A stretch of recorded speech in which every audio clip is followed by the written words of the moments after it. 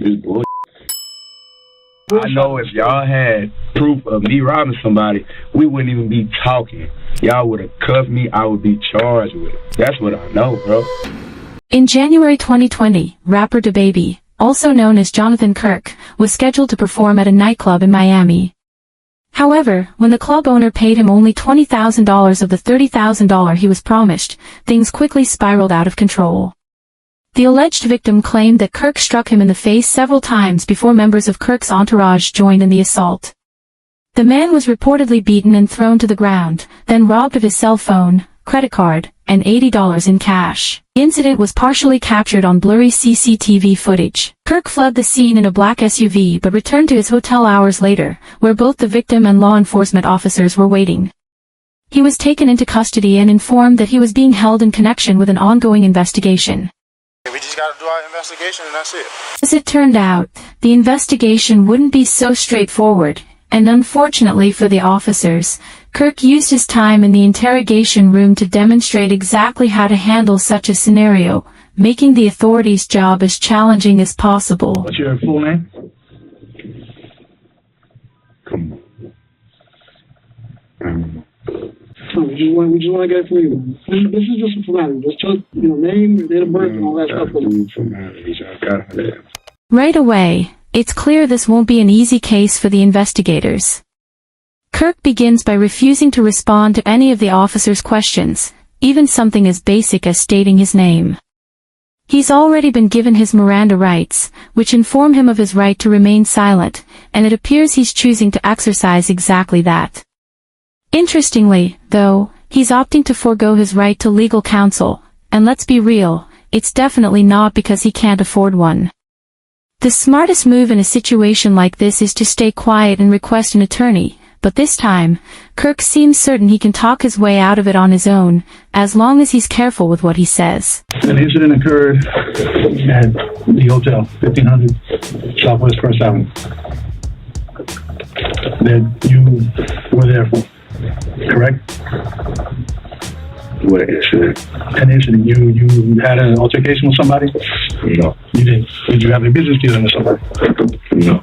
You didn't? No. So somebody didn't bring you $20,000 in front of the hotel in your SUV? No. Somebody had somebody bring $20,000 that wasn't theirs and lied to them and told them that it was for an event of theirs on the 31st.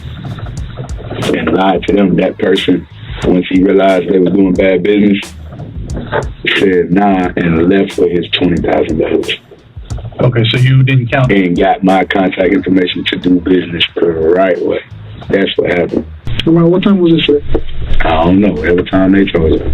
Whatever time the camera showed me not robbing no damn body that time. Kirk is insisting that he had no involvement in anything that occurred outside. His account is a bit vague, but he's basically claiming that his manager was in talks with an event promoter about performing at a nightclub called Cafe Iguana Pines. However, it turns out the cash they were offering had been stolen, and the promoter was behaving suspiciously during the exchange. So instead of accepting the payment and proceeding with the show, Kirk says he told them to sort things out and walked away without any confrontation. This, of course, doesn't clarify the altercation outside that was visibly captured on video, but with the footage being unclear and no witnesses present to positively identify the attackers, as long as Kirk sticks to his narrative, things could theoretically work out just fine. Common sense. You know what I made to even be down here? A promoter booked me at that hotel. I didn't pay to be at the hotel. I was paid for. You'd have let me in my room, you would have saw close to $250,000 cash, legally, hard-earned money. I don't got to take nothing from nobody, bro. Well, let me ask you this. I will go outside of here right now and throw $10,000 in the air. Like, I do not care about no money. I don't. Was there an argument? No, it was an argument. I didn't argue with a soul. My voice was never raised. There was never aggressive language from me. None of that. Was there a fight? None of that. No, I ain't seen no fight. And nothing was taken. We shouldn't be in no robbery, bro. So when y'all get done doing what y'all doing, y'all need to do y'all job. Y'all need to follow y'all process. And y'all need to arrest whoever gave y'all these false allegations, bro. This is bullshit. While it might seem like Kirk is just flaunting his rapper wealth here, this is actually a smart angle for him to highlight in this scenario. If he's casually doing random $30,000 gigs during the week and covering expenses for hundreds of thousands of people each month, why would he need to steal $80 and an iPhone? The more distance he can put between himself and the incident, both physically and metaphorically, the better. From Kirk's perspective, he wasn't anywhere near the scene of the crime, had no motive to be involved, and has a logical, well-grounded alibi for where he was at the time. On the other hand, from the detective's view, a crime occurred and Kirk's vehicle was present at the scene, so they have to work to draw out the details they need to reconstruct the timeline and create a narrative that Kirk can't dispute, one that ultimately pushes him toward a confession. When I encountered you in the hotel, you came back to the concierge, the counter. Yeah. Where were you coming from at that point? Prime, whatever the hell. I went to eat. I went to get some food. Where's that? I don't remember. You don't know? No. How'd you get there? In the car. What kind of car? Was it a car you drove? Somebody else drove? An Uber. An Uber? Yeah. What kind of car was it? Small car, SUV, truck, what? I don't know. Let's talk about what matters. That's why we're here. Let's talk about what y'all need to get me about this stuff.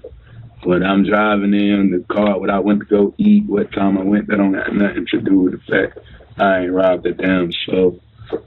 Me, nobody around me, ain't nobody robbing nobody. Let's take the word robbery out of the picture. So while we here, we taking the word robbery out of the picture. Y'all are robbery detectives. This is robbery unit. That's the second word he said. That's the second word he said when he came in here. Robbery. Come on, bro. Okay, listen. He told me he asked to question me about a robbery when I walked in my hotel. Robbery. I had every answer to the question you needed right there. Whoa, that ain't it. That's false. Okay. Throw that out the window. We talking about robbery, bro. It's nothing for me to talk about. I didn't rob. So do you think that we just woke up this morning and decided to just... I think y'all got a phone call from somebody that's already a liar. I know they're a liar. Got a phone call from somebody that's a liar and y'all bought it. Y'all believed it. Y'all got me in here and y'all put me in handcuffs. Brought me outside the hotel in handcuffs, cameras and shit all on me. Come on, bro. This shit is bad for what I got going on. And I ain't even do shit to that, man. Even without legal counsel in the room, Kirk clearly knows how to handle himself. At this point, he holds the advantage in the interrogation and intends to maintain it. The officers are trying to find anything that links Kirk to the scene, but by steering the discussion away from that and back toward what he believes actually matters, there's little chance they'll uncover the evidence thereafter. Still, despite being in control, it's worth mentioning how odd it is that he hasn't requested a lawyer. Kirk clearly understands how to navigate an interrogation and has obviously studied how to respond in these situations. If that's the case, he should also be aware that there are very few circumstances where asking for an attorney could negatively affect his position. Whether it's pride or just a momentary oversight, Kirk is definitely winning this exchange, but he's about to take full control. I'm talking about criminals. When I do business, it's legally binding. It's legally binding. Everything I do, you have to sign a contract. You got to sign a contract. Okay, it's a contract right now. The whole incident happened and nothing went wrong. Nothing happened. There was not to my knowledge. There was no fight. There was no scuffle. There was no. I ain't fighting nobody. But y'all know it's too much. Y'all know too many lies. You get what I'm saying? That's why y'all got to move backwards like that, bro. Like you're saying that they're lies, but you don't know what we have or don't have. Okay. I know if y'all had proof of me robbing somebody, we wouldn't even be talking. Y'all would have cuffed me. I would be charged with it. That's what I know, bro. That's what I know. Now, while this isn't necessarily the case in every situation, it's definitely accurate here. If you find yourself in an interrogation room and the police are questioning you about the specifics of an incident and accusing you instead of formally charging you, it most likely means they lack the solid evidence required to do so. In most situations, an interrogation is used to obtain a confession when they don't have enough proof to easily secure a conviction otherwise. There are a few more specific circumstances, like trying to understand the motive behind a crime, but usually, it's pretty clear why you're being questioned based on what you know about the incident and the nature of their inquiries. If law enforcement already has undeniable proof of your guilt, cooperating can sometimes work in your favor. However, if they can't concretely prove their accusations, it's best to remain silent and request legal representation, especially if you're in a vulnerable position. We're I trying to ain't hear no your fool. side of the story. My side of the story, I ain't done that. I don't have a side to the story. I ain't done nothing to nobody. Bro. So that's what I was asking. So and before something could be done to me, happened, right? and before something could be done to me, I realized I was dealing with bad business, and I Why do you removed say it was myself bad from business? it. What? Why do you say it was bad I business? already told y'all that. You want to rewind this? You want to rewind it, bro? I already told y'all, bro. My story not gonna come out different no matter how many times I say it, bro. It's not, bro. It's right here. So you press stop and rewind and play, you're going to hear. That's why I said it was bad business, bro. Come on, bro. There's nothing blowing my phone up. I was saying, oh, no. He needed my help for his event. He already was in deep water because he's already doing, and I see why, he's already doing bad business. You see what I'm saying? He has an event that wasn't going to go as planned. He needed me to make up for that. He needed me to cover his ass, so he brought in another person, lied to him, swindled him. He thinking he coming to book me for a whole different event, and they tricking him, got him paying me to come do a walk through the night. Come on, bro. He niggas full of shit. And matter of fact, check them cameras. Y'all got crime scene investigation unit out there, check the cameras. See him meet up with somebody else in the lobby. Ask him, hey, who's that? Ask him. Follow up on what I'm telling y'all. That's what we're trying to do. At the end of the day, I would expect people to act on common sense anyway. The officers have come to the conclusion that they're not getting anything useful from him at the moment. He shared his version of events and made it clear that it's not going to change regardless of what they say. So, following standard procedure, the detectives step out of the room to regroup and figure out their next strategy.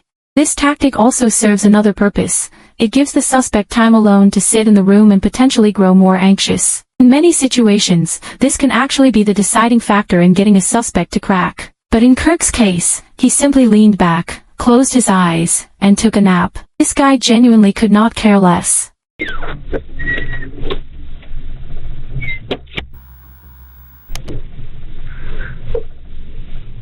However, it appeared the detectives couldn't figure out their next move and ultimately accepted that nothing they did was going to make this guy crack.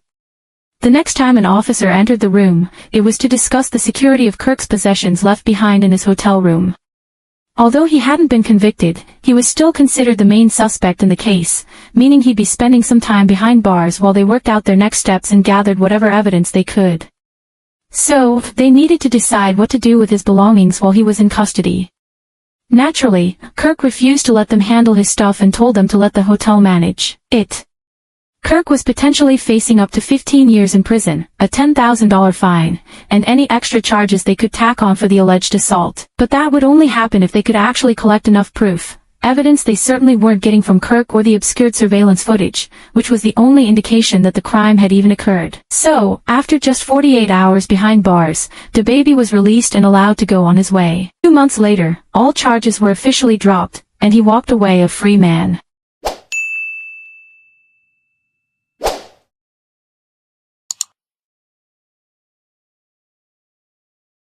Grant Hardin, a 50-year-old law enforcement officer, was hiding a terrifying secret. He was apprehended on suspicion of murder. But as the case unfolded, his actions and history turned out to be so disturbing that during his interrogation, he attempted every possible method to evade justice. On February 23rd, James Appleton had pulled into a parking lot on Ganridge Road to take a phone call from his brother-in-law. Suddenly, a loud banging noise was heard through the line, and the call abruptly ended. A bystander noticed a white Chevrolet Malibu positioned behind James's vehicle, which quickly sped off following the sound.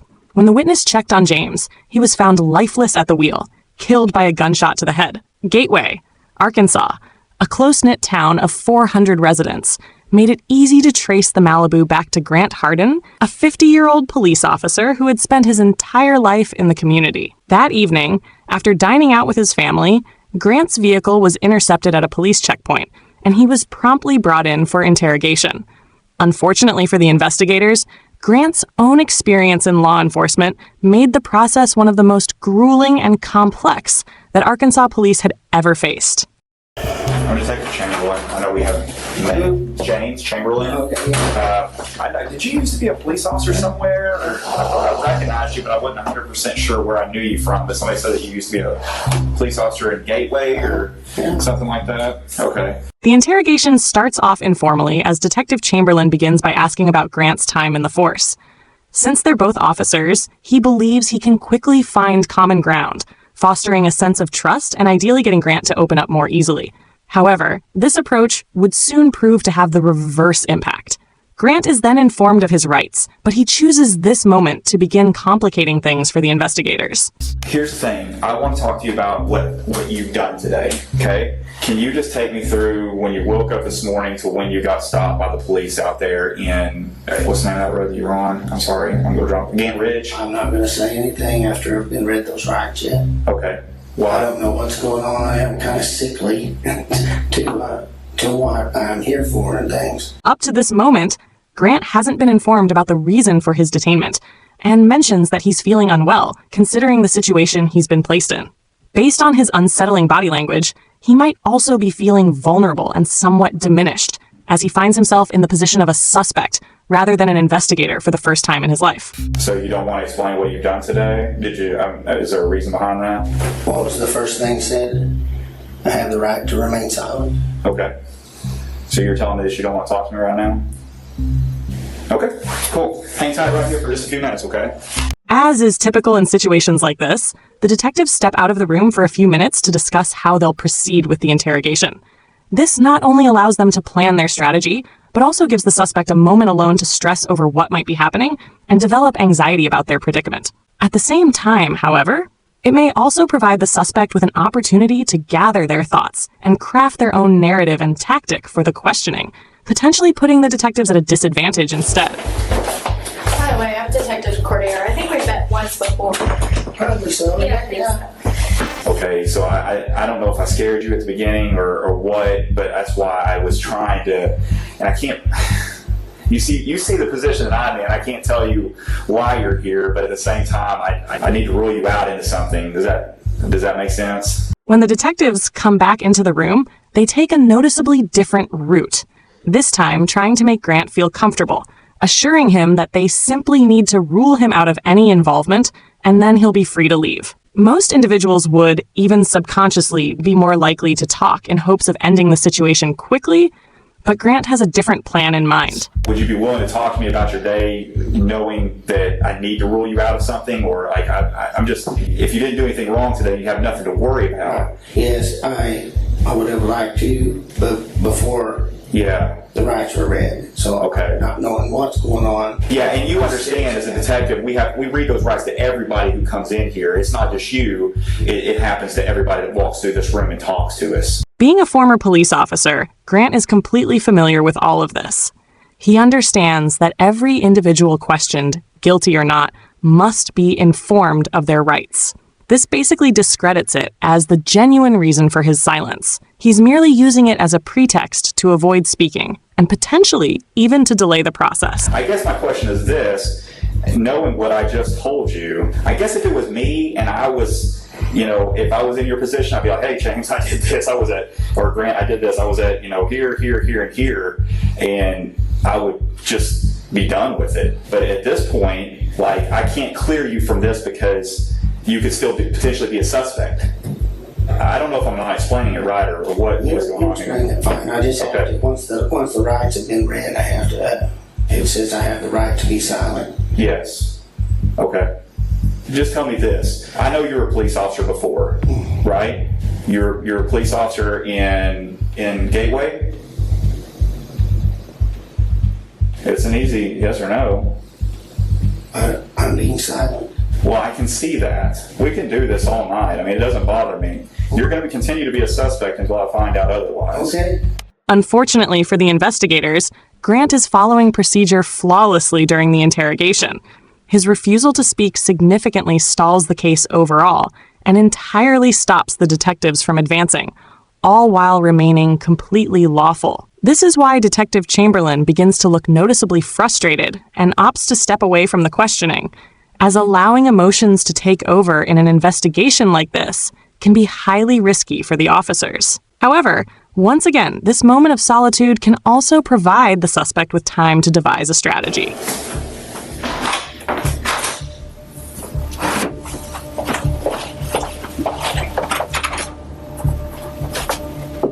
Hello, I need to go. You need to go where? Home or get ready for work in a little bit. Okay, we'll just have a seat and I'll get it for you. Okay. Okay. All right, thank you. Hey, Brian. Yes, sir. The other officer told me you want to talk to me again. What's going on? I'm just ready to go. Okay. And I'm not ready for you to go yet, so you're not going to be able to go. I've got other things that I'm doing right now, so. I was gonna go. Oh, no, you're not going to tell go. you that. Okay. Yeah, no, you're not going to go. But I will. Okay. Perfect. Thank you. Strangely enough, in many similar investigations, this is typically the point where officers might decide on the suspect's fate. The interrogation is clearly at a deadlock, with no headway being made in any direction. Standard procedure would be to either collect enough evidence to formally charge the suspect with a crime, or let them go due to insufficient proof.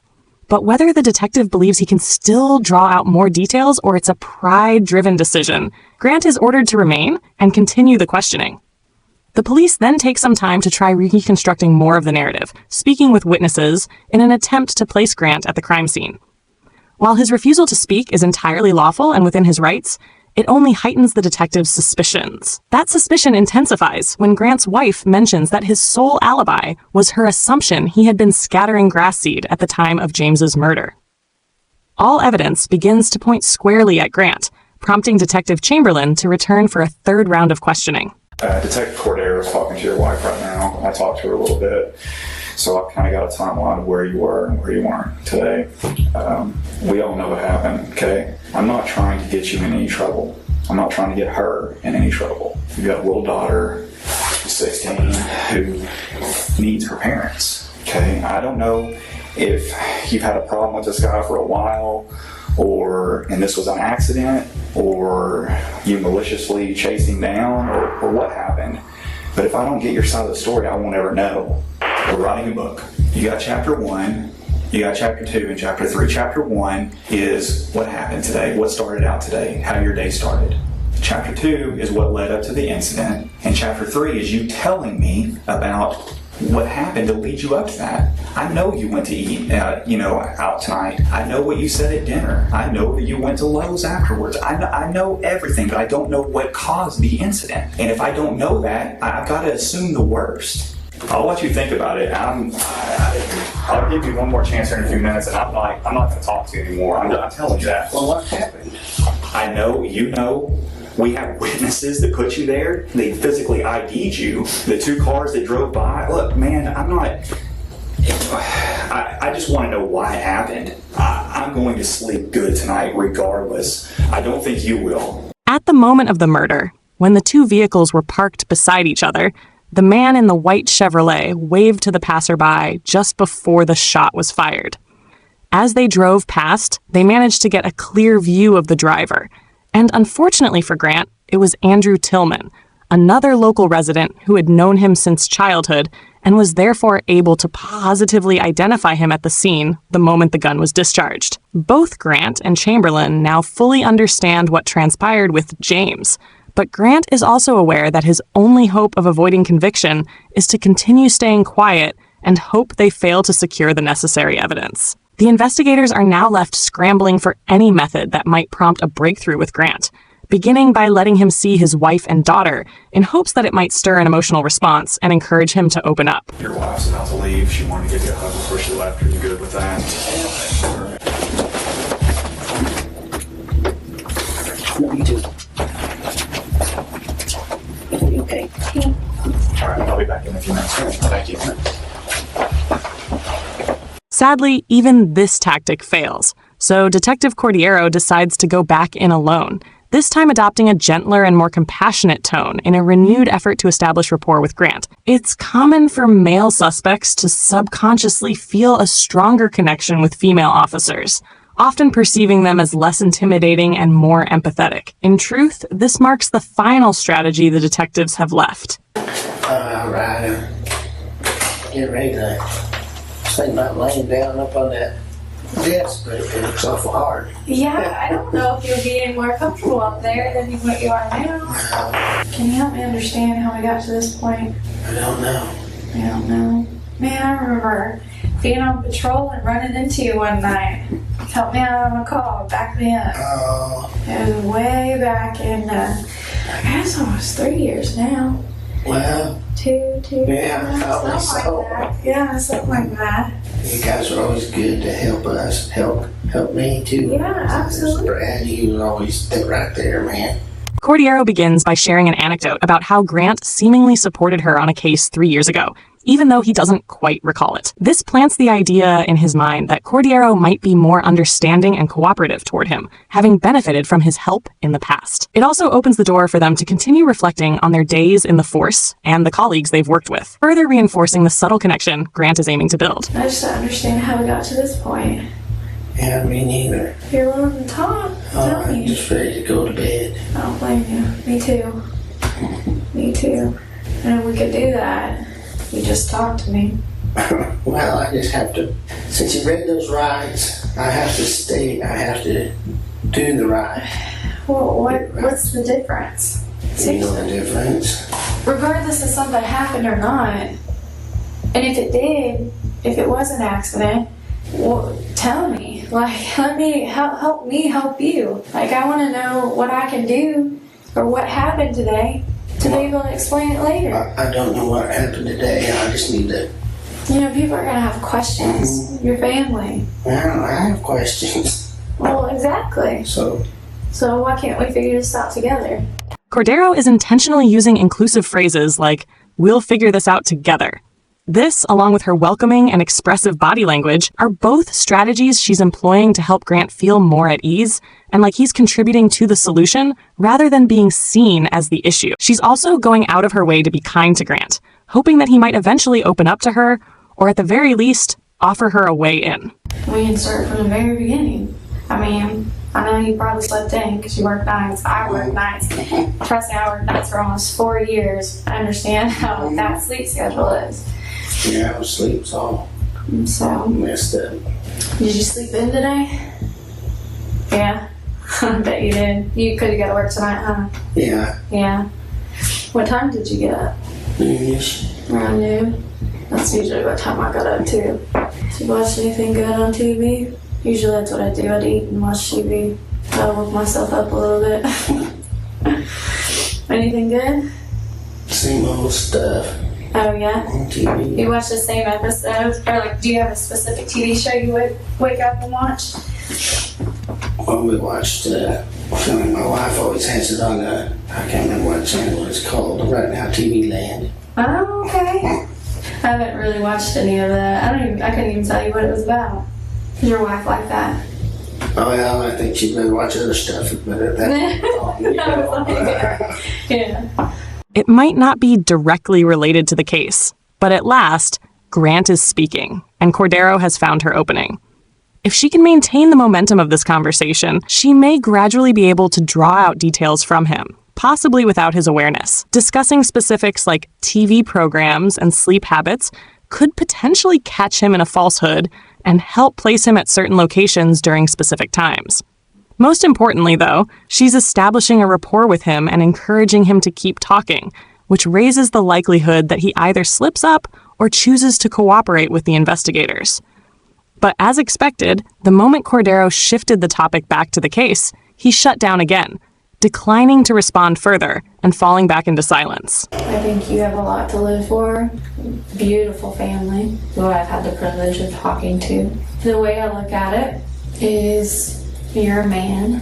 Men face their mistakes and they own up to them. And they figure out what happened and figure out how to solve it and move on. Like I said, I'm honestly here to help you. I want you to understand that. I wouldn't spend my time in here with you if I didn't. And that something happened today that needs to be explained. Did you make a mistake today?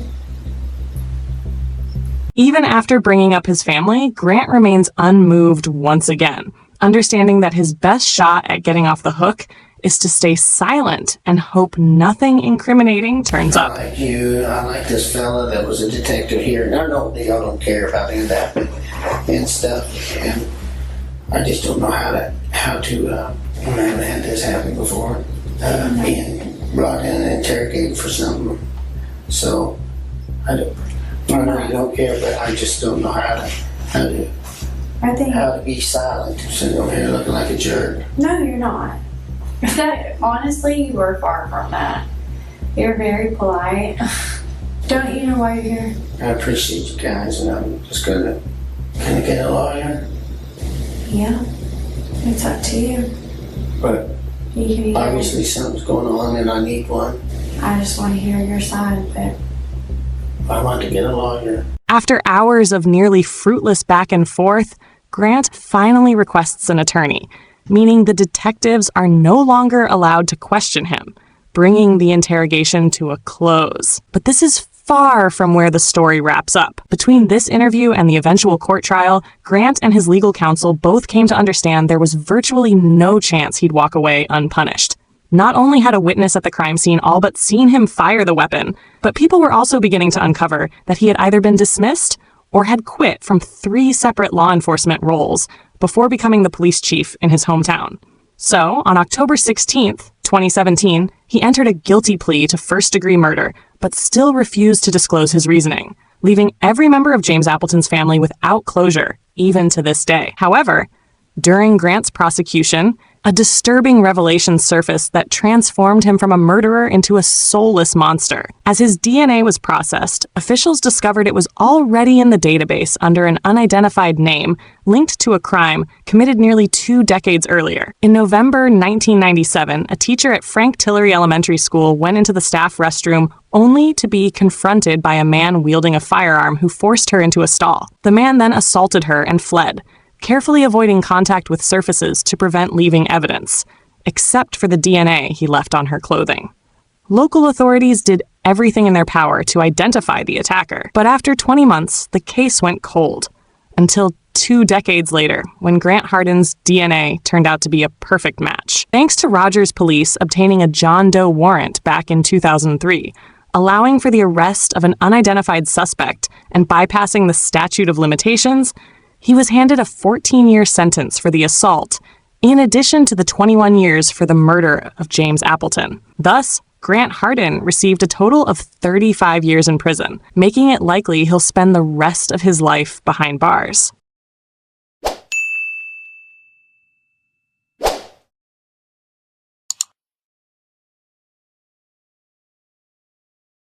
On February 17, 2019, David Wright and his associate Christopher set out for what appeared to be a drug transaction on a street corner at 3:40 a.m.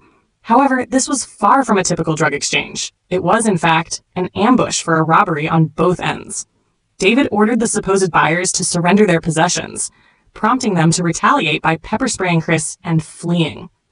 Moments later, David pulled a revolver from his waistband and fired a single round into Raul Cuadro's chest, killing him on the spot. David and Chris escaped the scene, hid the weapon in a field, and carried on with their night, convinced there was no chance of being caught. Unfortunately for them, they were swiftly identified thanks to several surveillance cameras in the vicinity. David was apprehended 2 days later, yet remained convinced that authorities couldn't convict him, and that his superior intellect would help him beat the case. How mistaken he was. So, like I said, it's already been in the media. 4 people have been arrested. It's not like we don't know what happened to some extent, but there's always more that we don't know from every single party, right? Everybody has a little piece of the puzzle. We don't necessarily get the truth from everybody. So I would like to hear from you what happened. No, I have no clue. I'm just now hearing about this. So, the whole, I don't know what you're talking about, is kind of out the door at this point. I got several people who have already identified you. You're identified on video. So it's not a question of that you were there. It's more a question of what led up to this. Because I don't think this is what was actually supposed to happen. Right? So you're just going to play that you have no idea what happened because you weren't there. I was not, no. Not only was David recognized by several individuals through surveillance footage, but he also lacked an alibi, and Facebook messages were retrieved outlining specifics of the supposed drug exchange. David was present at the moment of the killing. The investigator is merely attempting to piece together exactly what transpired and the motive behind it. However, David isn't cooperating. and believes he has a strategy to outsmart the investigators. It's not helpful to you, really, to just be quiet and not say anything. Because what I have are people who are looking out for themselves because they don't want to catch charge. So they're going to dime you off. They're not looking out for you. So you believe somebody that's going to tell you that somebody else did something to save their own ass? Well, with all the additional evidence, yes. I've been out of jail for all of a week and a half. I've spent almost every minute of it with my girlfriend. As for, did I plan to kill anybody? Did I kill anybody? No, I didn't. So when I look at the GPS on your phone, it's not going to tell me that, it's going to tell me that you were with your girlfriend the whole time, that you never were over at Jack in the Box. It should. And the only reason you might tell me that is because maybe you didn't take your phone. Or maybe somebody else had my phone. It's been known to happen. Quite often, actually. My phone has been, I left it in one person's car, and it took me a day and a half to get it back. When was that? That was earlier in the week, and then I let somebody use my phone. They were supposed to just go to 7-Eleven to go meet somebody that was selling something to an offer up. And they had apparently 7 or 8 things that they had to do between then and when they got back to the house. So what day was that? I don't remember. And who was that? That was the guy that goes by Memphis. It's a nickname. I think his first name's Joe. Black guy. David's sole current alibi and argument is that perhaps someone else had possession of his phone and was at the drug deal in his place. He also supports his claim by insisting he doesn't recall the exact day the events took place, something that can't be definitively confirmed or denied. However, for his story to hold up, that individual with his phone would also need to be dressed identically to David, have entry to his Facebook account, and based on David's own account of the suspect, change their skin tone. It's not seeming very plausible. You know why you're here and what's going on. I mean, at this point, you're literally the last person we've talked to. And the only person that has an allegiance to you is Chris. I mean, obviously, people are not going to be shy about telling us who was there and who did what. And plus, we have video. There's video at the Chevron. There's video at the Shell. You know that we have all your co-suspects under arrest. All I want from you is a reason. I understand what happened. I just need to know why. The only person I know you have under arrest is Chris. Okay. We have Cody under arrest, and we have Tannehill. What's his name? Ray. He's in custody as well. We have his car, the car that was used, the car that was at Chevron in our impound. They are all under arrest. Chris is under arrest because we viewed messages on the phones that organized picking you up. Those same messages from you to Cody. We have them on their phone. We've already viewed them. We have the Facebook communications between Chris and Brianna setting up the deal that happened where you guys showed up at the Chevron and walked down. This is how this plays out. Your girlfriend's going to be dumb enough to provide you an alibi on a murder charge. And then she's going to get roped up in a murder as an accessory. If you care about that person, you have just set her up for failure. And if you want your girlfriend jammed up because you just set her up for it, then that's your choice. You can't threaten me with jamming her up. It's not a threat, man. I'm just telling you how it plays out. Like, I'm going to go talk to her, and she's going to be dumb enough to lie for you when I got video evidence that you weren't with her. Like, dude, I get it. Like, you had a quick come up, right? I get it. I don't think you were a stone cold killer. I don't. Like, if you accidentally shot the dude because you flinched or you got scared because of something he did, now is the time. If you come up with that stuff later, nobody is going to believe a word you say. How the f would somebody accidentally shoot somebody? Because if your finger's on the trigger, it's called a sympathetic reflex. It happens to police officers all the time. I think that's a term that's been come up with just to cover their asses for shooting people. Well, you can try to make it about that. I'm talking about you. I wouldn't know. Never shot anybody. There's significant value in remaining silent during an interrogation like this.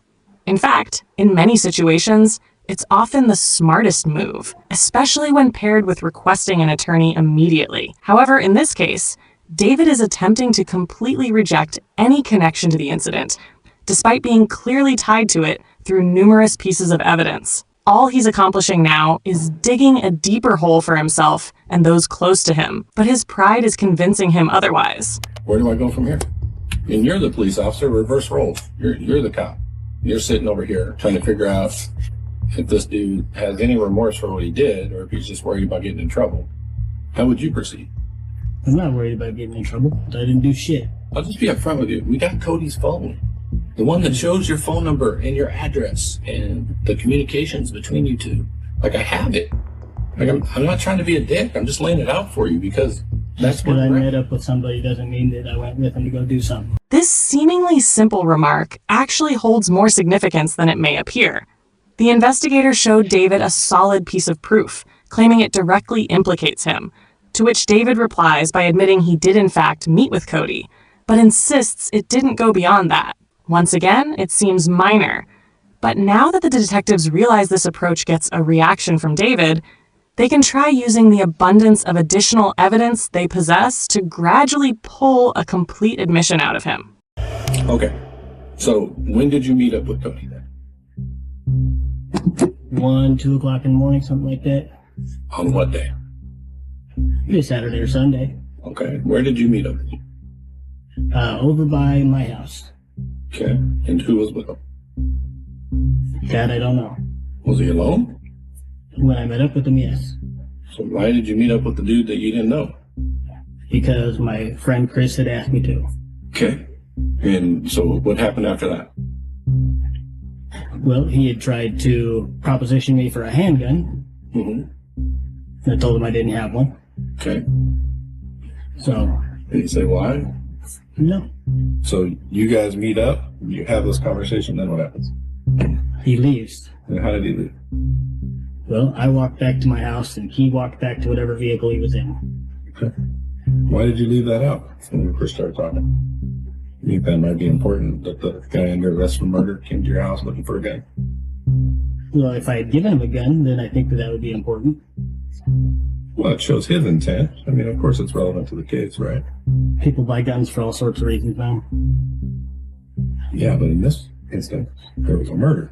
So they went on their way, just the Cody dude, and did you actually talk to the other guy in the car? How does he know who you are then? Maybe my name was mentioned when they were coming to meet me. But he didn't see you. Unless he seen me when he was parked. But you didn't see the car. I didn't look for the car. Unless I'm coming to meet somebody at their vehicle, I don't ask what vehicle they're in. Well, that's not, and again, don't take this the wrong way, I'm not trying to insult you, but that's not very smart. You're meeting somebody to sell guns, and you're not going to watch around you to see where they come and go? He was referred to me by somebody that I trust. Okay. I would still be on my 6. So you clearly have a genuine distrust of the police. Is that fair to say? I distrust almost everybody. Being honest with you about the information that we have, trying to give you an opportunity. And I mean, you've already said flat out you don't believe that he has that information. But I mean, with everything he's told you, you have to know that what he's telling you is true. Well, whatever you have, you've got from people that may not necessarily be giving you information for the best of reasons. So take the people out of this. Take them out. Who cares about the people? We've got other stuff. Communications and all those types of things. The video. So it's not just that people are telling us this. We're not relying 100% on people. If we did that, we'd be stupid, right? I like to think I'm not that dumb. You take a totality of everything that we have, we know you're involved. And for you to sit here and just say that you don't have anything to do with it doesn't make any sense. I think that you guys have me confused with somebody else. This interrogation has now lasted over 40 minutes with virtually no headway being made. Cornering him with evidence doesn't appear to be effective, nor does walking through the timeline of that night or even laying out why his choices are only hurting him. So instead, the investigators shift gears entirely and start warning him about the impact his actions could have on his own friends. Dude, you're not this guy. You know you're not this guy. If you were, this conversation would be different. Yeah, I'm obviously not this guy. I meant the dick that is letting everybody else go down for him. I meant that type of guy. That's not you. You have a reputation as being a stand-up dude. I think that whatever those guys did, if it leads to you believing that they were accomplices and accessories and everything like that, Yeah. would be their own fault if they fucking hang for it. Really? Even though, hypothetically, you're the person who pulled the trigger? So even though somebody else pulls the trigger, you're good with those guys going down. Your homie Chris, you're good with him going down. And I get it, you don't have any allegiance to these other two dudes. I understand that. But you're good with Chris going down. Getting 20 years off of what you did. You're good with that? If you guys have him orchestrating and setting up something like that, then that's his own fault. It's his own fault that you shot somebody. It's his own fault that you didn't do things the right way. That's his fault. I ain't shoot nobody. He should put himself around better people. Okay. You know he's going to read this, right? I mean, he's going to have disclosure. It's fine. I'd much rather not see my friend get in trouble, but if by you saying that you guys want me to tell you that I did something that I didn't do. Fair enough. I don't want you to tell me that you did something you didn't do. That's not what I want. I want you to admit to what you did do. Because it's not even a question that you did it. Or wasn't a question, you wouldn't be sitting here trying to get me to admit to something I didn't do. I would, because it's the right thing to do. You may not trust the police, but I don't want to jam up all these other dudes on a murder one charge for something you did. Because it's not right in my mind that other people go down for something that serious off of what somebody else did. So I do care about that. That's why I'm talking to you. Well, you're talking to the wrong guy. You don't care about those dudes? I'm not saying I don't care about them. I'm saying that you're talking to the wrong guy because I didn't do shit. That's not what innocent people say. Innocent people that actually give a Yeah, no. You know how many people I've had in that chair, man? Thousands. You don't give a fuck. That's you. Like, enjoy your time. I don't care. Then I don't have any hard feelings for you. I'm just going to move on to my next case. I just want you to know this isn't about you. This isn't personal. Like, you can say you don't care, but I actually think you do. I think you're being... So, with that said, you agree that there's nothing more to say, right? If you don't want to talk to me, there isn't. Well, I don't want to talk to somebody that's going to keep on calling me a liar. I have yet to call you a liar. You've made the implication that I'm lying to you. Because you are. But there's a difference between calling someone a liar and then pointing out inaccuracies in their story. There's a big difference. One is disrespectful. The other is not. Have I been disrespectful to you? Have I been disrespectful to you? Have I insulted you or come at you hard or done anything other than... You called me a liar. Yes, you did. You were lying. I'm not lying. Do you not freely admit that you lied to me in this interview?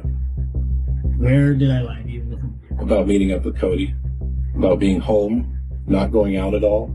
And then now you periodically are going out. Would you not concede that both of those things were lies? I don't go farther than a couple blocks from my house on foot to meet somebody very quickly and come back. Okay. That's not what you told me. That's you don't leave your house? I don't leave my house. I was home all weekend with my girlfriend. It's on tape, man. There ain't no secret. Like, dude, I've got to walk my dog. Of course I leave the house periodic. Okay. But as for did I go anywhere? So you were never at Casino in Evergreen, anywhere near there within 3 or 4 blocks Saturday night. I just want to make sure that we have this down. Let's see. Sunday. How far is the Starbucks on Evergreen? Which Starbucks? The one on 75th. Yeah, no, I'm not talking about that. Okay, yeah, then no, I wasn't. Okay. So you're at the Starbucks on 75th? Earlier in the evening, yeah, like 8 or 9 o'clock, something like that. Well, that's not home. Did you lie to me? Can I don't even get a smile out of that one? I didn't get you on that one? I feel like I got you on that. Clearly exposed in a lie, it might not be obvious just yet, but David is beginning to feel uneasy. If it hasn't been clear throughout the entire footage, the only thing that truly matters to him is his own pride. So now that it's taken a hit, he's instantly on the defensive, and it's up to the investigator to keep applying pressure and attempt to push him just a bit further. Were you with someone? Yeah. Who? Another woman. Who was that? I'm not going to tell you that because she'd be very upset. Yeah, but it's a homicide. They can help prove that you weren't involved. How? Because if you're with her, right, that gets my timeline tighter. So you were with her from 8 to when? Not very long. So you don't half hour at most. So you don't want to tell me who that is? I really don't. Okay. Were you in a car? You're on foot? I rode my bicycle. To 75th? Then how'd you get home? I got a ride from her with my bicycle in the back of her SUV. So there was a car. Did I get you there? I feel like I got you there too. Yeah, Saturday I appreciate night, it. I'm just Sunday looking for morning. honesty, man. I mean, at this point, I feel comfortable that you have lied to me several times. I'm looking for honesty so that I can rule you out. If you asked where I was Saturday night, Sunday morning. I did. Yeah. So, Sunday morning, late Saturday night, Yeah. doesn't cover 8 or 9 o'clock in the evening. Oh, okay. So then let's rewind. So Saturday morning to 8 o'clock, where were you? Most of the time, at home. Can you just lay it out for me? Why do I gotta pull it out of you? I'm asking where you were, man, so I can rule you out. For the first time in an hour of sitting in the interrogation room, David shifts his hand from his lap and adjusts his hat. His fingers have also been fidgeting slightly, and he's been stumbling over his speech. His pride has taken a real hit, and he's starting to feel seriously uneasy. When provoked, egotists like David often abruptly snap in a reflexive attempt to show they're clever and in command, but they usually end up revealing everything the officers need to nail them completely. So the detective maintains his firm, straightforward line of questioning in an effort to break him. The only places that I go, usually, I go to 7-Eleven. Okay. The little Asian market, if, we need tubes and tobacco for rolling cigarettes, but that's not very often. Okay. Walgreens. Yeah. But Saturday, did you go to those places? I don't need to know where you generally go. I need to know where you went Saturday. I probably went to 7-Eleven at some point. Any idea what time? I go when I need something or want something. I understand, but that's why I'm asking. Any time? Do you remember wanting or needing something on Saturday? No, I don't, because I don't feel like I need to track every one of my movements and shit like that, because I don't need to have a Loctite schedule of what I'm doing and where I'm going. As long as I'm at DOC on Thursdays between 1 and 3, and I make my appointments with Ideal Options, then it doesn't seem like a big deal to me where I go. Okay, unless you're being charged with murder, and it kind of is a big deal, right? Yeah, but if I don't pay attention to and keep track of these things, how the fuck am I going to tell you where I was without lying to you then? Because I don't know exactly when I was there. Well, you could at least try. Yeah, I would try. If it can rule you out as a suspect in a homicide, I would try. Yeah, well, where I was Saturday during the day has no bearing on where I was Saturday night, Sunday morning. It does. Absolutely it does. Because I can show you're wearing different clothes. Or I can show you're wearing the same clothes. Right? That's pretty important. Do you agree? I can show that you were with somebody else and not with these people. People change their clothes. People meet other people. Oh, no question. But if I'm chipping away at that timeline, right, it can be exculpatory for you, meaning that it excludes you as a suspect. I know, my vernacular is very good. Sweet. So, you don't have to explain your words to me. Look, dude, you can act like you're upset about that. You're not. So, let's move past it. The fact that you're talking to me like I'm a child. You're not. I'm not talking to you like a child. Upsetting. How did I talk to you like a child? Tell me when. I If think you I've have to been. explain a word that you're using to me. Most people don't know what that word means. I apologize. Most people are fucking idiots. Okay, you can pretend you're getting upset about it, but you're really not. No, what I'm getting upset about is you call me a liar. Because you lied. You lied. And I don't actually think I called you a liar. I did say you lied, but I don't think I actually called you a liar. So I'll call it to you now so we can just move past it. You are a liar. You have lied. Do you want to tell me what happened or not? Couldn't tell you because I don't know. Fair enough. We'll end up close the tape out for you right now. Should have done it a long time ago when I said the conversation was over. Okay. Whatever you say, partner. And so it appears the discussion truly came to an end, as from that moment on, David refused to utter another word, opting not to use his polished vocabulary any further. Unsurprisingly, he didn't hold up well in court, considering he made no effort to defend himself or assist the investigators. He received the harshest sentence possible. David was also a previously convicted criminal with a history including arson, burglary, auto theft, and 35 additional misdemeanors going all the way back to 1999. So, in October of 2020, 33-year-old David Wright was handed a 40-year prison sentence with no chance of parole.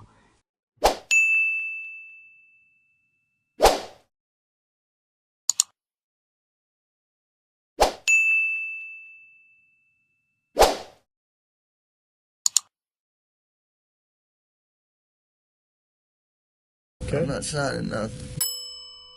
Okay. I've been through the system, buddy. I know how it works. I know you have. You're Jeff. not my friend. Yes, All you're trying to get is some stupid ass confession, and you're not gonna get one. On what appeared to be an ordinary evening in 2011, warning alarms suddenly blared inside a nearby 7-Eleven. Reports of an armed heist began pouring into the local police station, but upon reaching the location, officers found no trace of the perpetrator. After widening their search radius, it's believed authorities heard a disturbance coming from a nearby residence. Lacking any other solid leads, they forced entry, only to find a well-known heroin user inside holding a firearm. With no additional proof at the scene, they took the individual into custody for questioning. That man was Jeff Pearson, the true culprit behind the robbery. And what unfolded next is remembered as one of the rare occasions where a suspect outwitted law enforcement entirely on his own, all while enduring agonizing heroin withdrawal symptoms. This is a case of the accused outmaneuvering the investigators. The ensuing 24 hours were fully documented on police surveillance within the interrogation room. But unlike most recordings of this nature, the footage was first shared on the suspect's personal YouTube channel on September 25th, 2011. This marks the earliest indication of what would make Jeff a cult icon and a legendary figure within the world of interrogation analysis. Jeff remained in police custody for nearly a full day, yet the total footage available from all 3 questioning sessions lasts scarcely 15 minutes. Since the robbery and subsequent arrest occurred in the state of Georgia, the standard minimum penalty would typically be a decade in prison, with the maximum being a life sentence without the possibility of parole. However, it would turn out that Jeff wouldn't serve even a single minute of that punishment. Rather than spending decades in a correctional facility, he spent one day being offered beverages and sweets while giving a masterclass in how to behave while in police detention. The upcoming footage reveals in striking clarity the tactics officers may use against a suspect and how to evade them like a seasoned expert. Recording begins with Jeff restrained in a compact windowless room clad in jail-issued clothing. It's evident he has already been formally booked and kept in a cell for a while, most likely while the authorities gathered their evidence and readied themselves for the interrogation. For now. I'm under arrest? Yeah, I'll explain everything, but before I explain myself to you, before we talk to each other, I need to read your rights, okay? What am I under arrest for? Well, like I said, I need to read your rights first. Obviously, the charge is robbery, okay? Jeff begins right away by inquiring whether he's under arrest and on what basis. From the very start, it's clear that Jeff has done his homework, as this is precisely the approach one should take in such a scenario. At this point, there are 2 possible paths. If you're neither being arrested nor detained, you can assert that you're not required to remain or respond to any inquiries, meaning you should be fully allowed to exit the interrogation. If you are under arrest, you can promptly request legal counsel and remain silent until an attorney is present. These choices offer the strongest chance of halting the police's momentum and building the most effective defense strategy. What's particularly interesting is that in the United States, when an arrest occurs, law enforcement is legally required to remind you of these rights. Listen closely to the Miranda warning that this officer reads aloud to Jeff. You have the right to remain silent. Anything you say can will be used against you in the court of law. You have the right to talk to a lawyer for advice before we question you. If you cannot afford to hire a lawyer and you want one, a lawyer will be provided for you. If you decide to answer questions now without a lawyer present, you'll still have the right to stop answering questions at any time. Does that make sense? You've probably heard these before, haven't you? These 3 elements are incredibly vital, yet frequently ignored by the average person due to the overwhelming stress of being arrested. In addition to this, because these lines are so commonly heard in media like crime dramas and films, most individuals tend to tune them out when they're actually being read aloud and fail to recognize that they're being given genuinely helpful information designed to keep them secure and legally protected while in police custody. What this officer failed to mention, however, is that if you request an attorney while under arrest, they are legally barred from continuing the interrogation, and you hold an absolute, indisputable right to remain silent until legal counsel is present. The officer also concludes the reading of the rights with a sarcastic comment about Jeff's criminal history, intended to subtly reinforce the notion that he's a repeat offender. Do you understand your rights? Do you understand your rights, Jeff? Yes or no? You understand? We're getting paid more than you are, so we can sit here for a long time, man. I just need you to answer me yes or no. Do you understand your rights? Let's get through that question. Do you understand what I read you? Do you comprehend what I read you? Jeff has been clearly informed that he has the right to remain silent, so that's precisely what he chooses to do at this point. The lead investigator reclines in his seat, an action meant to convey that he's unfazed by Jeff's silence and willing to wait as long as needed. However, non-verbal cues like this often signal a degree of discomfort or unease. It's evident that the detective is aware this is going to be a challenging few hours for their team. You got something that says you didn't do this robbery. This is your chance to talk to us. Okay, good cop. No, usually I'm the prick. You look like the prick. I am. If it's control we're referring to, Jeff just took everything the officers brought to the table and tossed it straight into that trash bin. I'm not asking if you want to talk to me at this point. I just want to know, do you understand what I read to you? So am I under arrest? Yes, you're under arrest. Get me back to the cell. I don't talk to you motherfuckers. Okay, fair enough. During this initial phase of questioning, Jeff displayed precisely the right conduct, considering his present situation. He understands that the police have no solid evidence against him. If they did, they wouldn't need to be sitting there trying to get a confession. So he keeps his mouth shut, and just like that, he's escorted back to his cell. However, 2 hours later, he's returned to the same room for a second round. You wanted a Coke? Yeah. You gonna be able to pop it open, or you need me to? I need methadone. You need methadone? Yeah, you guys can get me that methadone or what? I don't have any. Do you have medication for it, or a prescription for it? Or? No. What do you need methadone for? Because I'm a fucking junkie, and you guys, I can't get no methadone. I'm gonna go through withdrawal here in a minute. All Jeff asked for before heading back into the interrogation room was a can of soda, but he quickly brings up the withdrawal symptoms he's most likely already beginning to experience. However, methadone, the medication Jeff requested at the beginning of this exchange, can be used to greatly ease the impact of withdrawal. It can even lessen the intense cravings he's probably been dealing with the entire time he's been held by law enforcement. How long you been using heroin? Long time, buddy. 10 years? 15 years? I hardly been alive that long. What are you trying to talk to me about here? Talk to you about what happened last night. Look, here's the deal. Either you're in a bad set of circumstances, or you went and committed an armed robbery last night. Yeah, right? I'm in a shitty, wrong place at wrong time, obviously. I didn't commit no fucking armed robbery. All right, then let's talk about this. Let's I don't not have keep nothing. up I the don't talk act. to the police, man. Jeff is clearly done with the small talk and is ready to return to the issue at hand. From his perspective, he's been taken into custody for a crime he didn't commit and is eager to leave as soon as possible. Okay. I've been through the system, buddy. I know how it you works. have. I know you have, You're Jeff. not my friend. I'm not your friend. You're trying to fucking get me. Or you're No, trying I'm not trying to get all you. you're trying to get is some fucking stupid ass fucking confession, and you're not gonna get one. Jeff, I'm not going to get a confession out of you for nothing. Exactly, because I And didn't I'm do not nothing. trying to get a confession out of you. Okay, I'm gonna tell you, I didn't commit no armed robbery, and y'all ain't got no fucking evidence saying I did. Let me go. All you did is find me sitting in my buddy's house because my fucking buddy's dog's going ape shit. I go outside, there are cops everywhere, and they spotlight me. They say, "Come here." I say, "What's up?" They search me. They ain't find Hang on. nothing. What's Let up? me read this. No. Yes. Because I'm not gonna sign it. You don't have to sign it. But let me read it for you. Okay? I'm not signing nothing. You don't have to sign it. The irony of this officer claiming he's not trying to go after Jeff, while Jeff is sitting handcuffed in an interrogation room being questioned, is pretty entertaining. Yet, despite all of that, everything Jeff says here is so precise, it almost comes off as scripted. It's a remarkable example of self-representation, made even more impressive, considering Jeff is almost certainly beginning to feel the effects of withdrawal. I also want to emphasize the point Jeff made about how officers are simply attempting to pressure a confession out of him.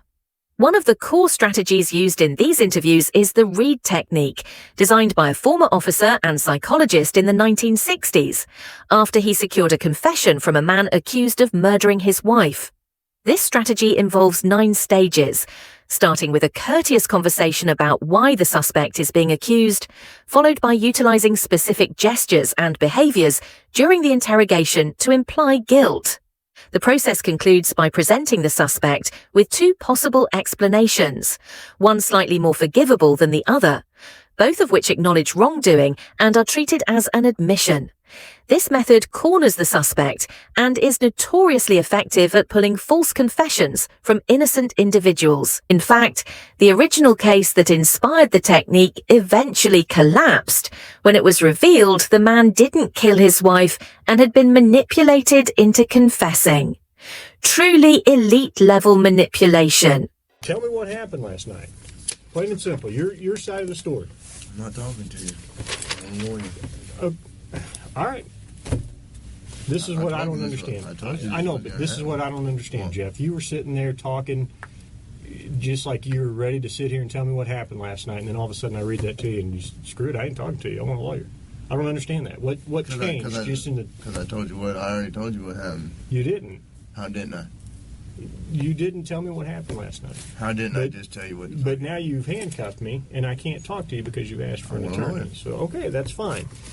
But I will tell you right now, you're still on a hold for a robbery. I know. I don't know why I need a fucking lawyer because obviously I didn't do nothing.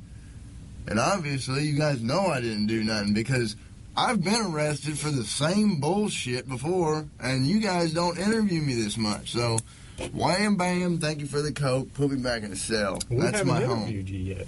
Jeff has now requested an attorney and is once again declining to respond to any questions. We're only at the midpoint of this footage, and Jeff's skill in protecting himself and thoroughly dismantling this officer's approach only continues to escalate from here. I have enough evidence like what? Of the armed robbery, okay? But, you know, if you're saying you didn't do it, you need to give me your side of the story. I didn't do it. Okay, well, give me your side of the story. You got to, convince me. Because I got a lot of evidence. I got a lot of physical evidence. Well, like what? Name the physical well, I don't need to, why should I tell you that? This is the point where the investigator begins to show signs of desperation. He realizes he's running low on time and has completely discarded any sophisticated strategies or psychological tactics to extract information. Instead, he resorts to simply threatening Jeff with fabricated claims of evidence that he insists could easily be used to convict him. If any of this were actually valid, he'd likely be leveraging it to scare Jeff into slipping up and revealing something useful. But instead, he relies on weak logic, stating that since Jeff hasn't assisted him, he won't be offering Jeff any help either. There's only a couple pieces of evidence I'm missing. Name them. What's that? Name them. Well, why do I need to do that? You haven't helped me out at all. You give me a little bit, I give you a little bit. We go back and forth. I give you one of my pieces of evidence, now give me a little something. All right? What time do you get over to Aaron's house? No, anything I say here can and will be used against me. Sure, but anything you say here, I can also tell your parole officer that you helped me out. That doesn't mean dick. At this point, the detective is frantically attempting to negotiate with Jeff, offering that if he cooperates with the police, they'll put in a favorable word with his parole officer. But Jeff instantly understands that this offer is meaningless. What's the value of a gold star if you're facing 20 years behind bars? This only further reinforces the notion that the police have absolutely no solid evidence to charge Jeff, and clearly reveals that they're aware time is slipping away. Jeff has already requested legal counsel, yet they're still interrogating him, as if that's not a blatant breach of the rights they've now recited to him 3 separate times. They understand that if they don't extract something from him soon, their opportunity will vanish. Jeff is watching the clock carefully. For the next 4 minutes of questioning, Jeff persistently denies and counters everything the officers throw his way. They mention the firearm found in his possession, keep pushing for a plea deal, and even attempt to intimidate him by painting a grim picture of life back in prison, this time without the drugs he's come to rely on. Yet through it all, Jeff remains completely unfazed. He knows he's nearly won. I'm done, man. Fuck this. I'm not even answering. All this shit that I just said is gonna be fucking written in the discovery now, right? What? You haven't said nothing. I mean, every little stupid thing that you've asked me, dude, is going to be in the discovery. I'm not even going to do discovery. The prosecutor is. Okay. So, you halfway know the system, how things work, and you halfway don't. Am I right? I half-ass know that the only reason I came up here is to get a fucking Coke. Okay. And I got it. But now I want a Butterfinger. But that's not going to happen for a while. What, the Butterfinger? Yeah. Why not?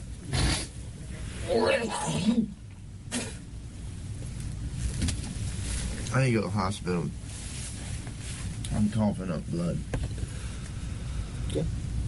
Let's go to the hospital. For the past several hours, law enforcement had been interrogating a man clearly in distress, denying him access to a legally prescribed medication that could have eased his condition, while persistently grilling him over a crime for which they had zero concrete evidence. Throughout the ordeal, Jeff handled the situation with remarkable composure, casually requesting sodas and candy bars. He understood that even a single misstep in his words could send him spiraling, so he asserted his rights flawlessly. 12 hours later, records show he was released from custody and sent on his way. It's also noted that from that point on, Jeff began to turn his life around. He got off heroin and now dedicates his time to uploading content to the very same YouTube channel where the footage from this incident was first shared. He produces music and even shares extra advice on how to steer clear of the police's deceptive tactics.